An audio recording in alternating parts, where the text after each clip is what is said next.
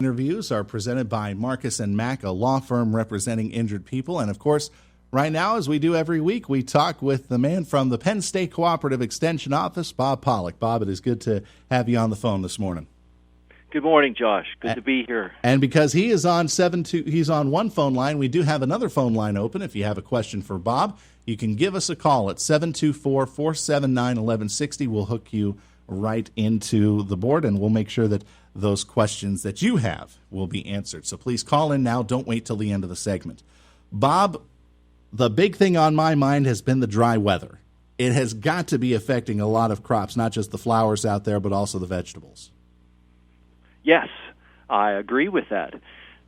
It's amazing how quickly we can go from having an abundance of moisture in the ground to being short. And if we look at the last 60 days for the departure from normal, we went from a surplus to now we're 3.1 inches behind where we should be at this point, to keep even with the season. And if we look at so that's the last 60 days, gives us a little over 3 inches behind, and the last 30 days were almost an inch and a half below normal. So that starts to add up. And then when you combine that with the high temperatures, that really kind of exacerbates the problem, doesn't it? It does. It does indeed. We do have a caller coming in right now on WCCS. Good morning. First name, please. Steve. Hey, Steve. Bob Pollock is on the line with you right now. Go ahead. Hi, Dr. Bob. Good morning. Just wanted to add two questions. First, late blight report. Yes. So there is none in our area or even close by at this point, which is a good thing. So it'd probably be wise to start using some Daconil. Yeah, as the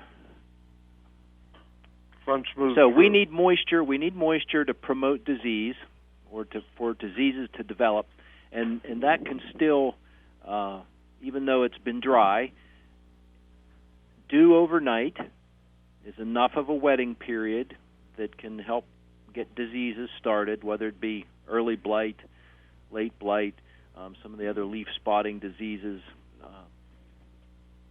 And so we just need to, you're right, be on top of it. We don't want to let our guard down at this point. All we're thinking about is getting plants enough water and trying to get them to survive, but insects and diseases are also part of that picture, and they're still trying to function and complete their life cycles as well. So we just need to be scouting, looking, observing, and just making sure that in addition to water that we're looking for those potential problems to arise. When you say it's nearby, do you mean like no, it's not. Virginia it's or not. Ohio, maybe you miss. It's not around at all. Oh, okay, all right. Yeah. And second question: is there any kind of blight that's affecting red raspberries? I don't. After the cold weather, they didn't seem all that affected, but now my red raspberry plants are really looking sad. Well, okay. They could have. Some of those canes could have been damaged by those cold snaps, and it wasn't evident at the time, but there could have been damage to the tissue or to buds or developing buds along those canes, that when those buds did open, there could have been tissue damage there that affected the growth pattern. So that's a possibility.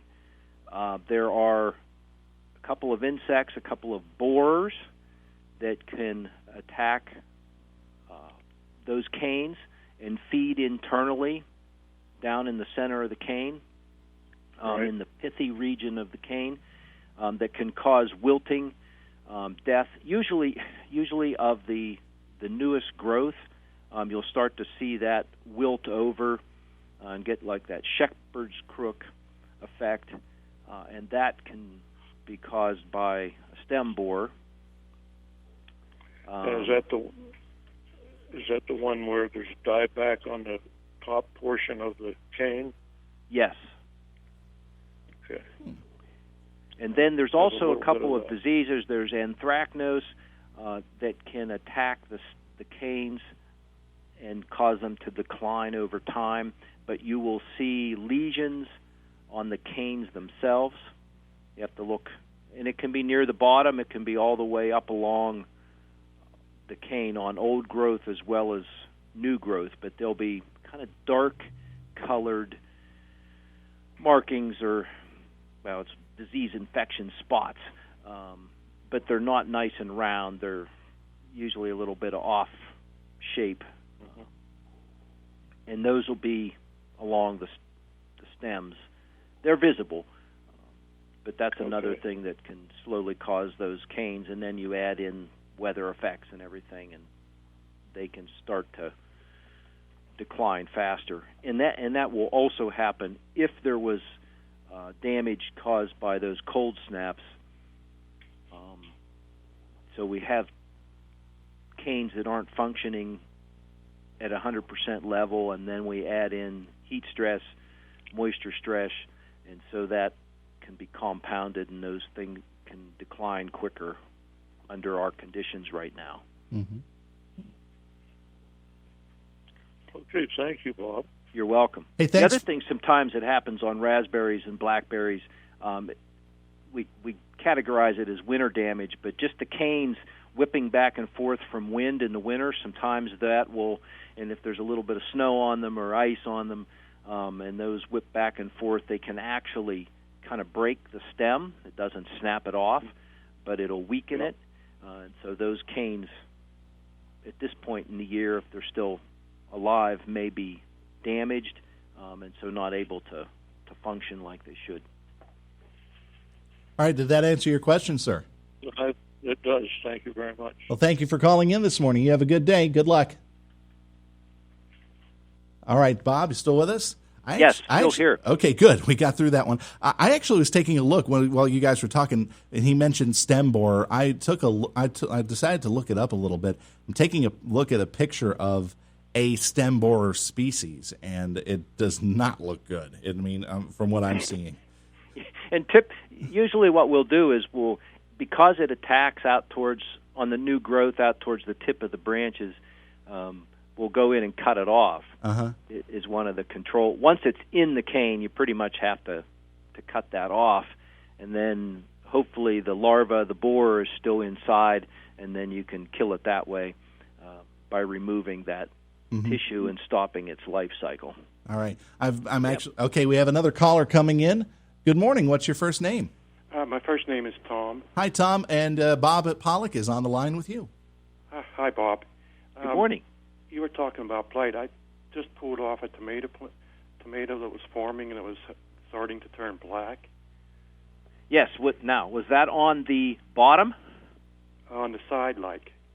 Kind of on the side, but does it encompass kind of the bottom of the tomato, too?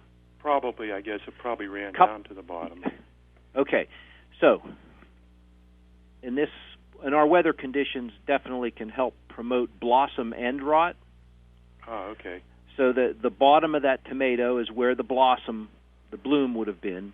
Okay. And so when we get in drier conditions where the plant itself cannot take up enough calcium from the soil to satisfy its needs, as those tomatoes are developing, you can get what we call, it's a physiological problem. It's not a disease caused by another organism, but it's just a nutrient deficiency imposed problem. And so the cells start to break down because they don't have enough calcium in them, and we get these spots, areas on on the bottom, but they can roll up around the side as well. Okay. So what we have to, two things we need to do there. One is try to make sure the plants are getting enough water. And then the second thing is to make sure that our soil pH is in the right range and that we have enough calcium in the soil. Okay. All right. To help minimize that. That can come and go. So you can have a cluster of fruit that bloomed at a certain period of time that can get that because of our weather conditions, and then when you get the next truss of flowers that blooms and the next fruit that develop, they may not have it at all. Oh, okay. The other thing that can happen with this hot weather and sun is sun scald. So where that side of the fruit is actually exposed to the sun too much, it can heat up too much and also kill the cells, and we call that sun scald. But it kind of burns the surface of the fruit and will cause a... So essentially the sun could be cooking the fruit of the vine right there, right? Oh, okay. Yes. Oh, wow. Yeah, I guess it... So... Usually the blossom end rot will appear even early on as a darker, browner lesion. The sun scald kind of starts out as a very light color, especially on green fruit. It's just you can kind of see a lighter, like almost a beige. Oh, okay. Well, this was black. It was turning black when I saw it. Bob, you still with us? Yeah, I'm here. Okay. Yeah, it was turning black whenever I picked it off. All right. So, Bob Pollock, you still with us? We may have lost him. We're going to try to get him back. I'm here. I'm here. There we go. Hello. All right. Hello. I still hear you, sir, but we're trying to get Mr. Pollock back on the line. Oh, okay. All right. Okay. But I tell you what, thank you very much for submitting your question anyway. It was very interesting to hear about that. I hope it isn't blight, and I hope that it's something else, all right? Okay, thank you. Thank you for calling in. All right, we'll clear the lines, and we'll give Mr. Pollock a chance to call in. Once again, we might want to just close out on this right now because we are getting close to the end of the hour here. It is the voice of Indiana County, WCCS. Let's break the stigma of addiction. Some people still think addiction is due to a lack of character or somehow it's caused by a built-in personality trait.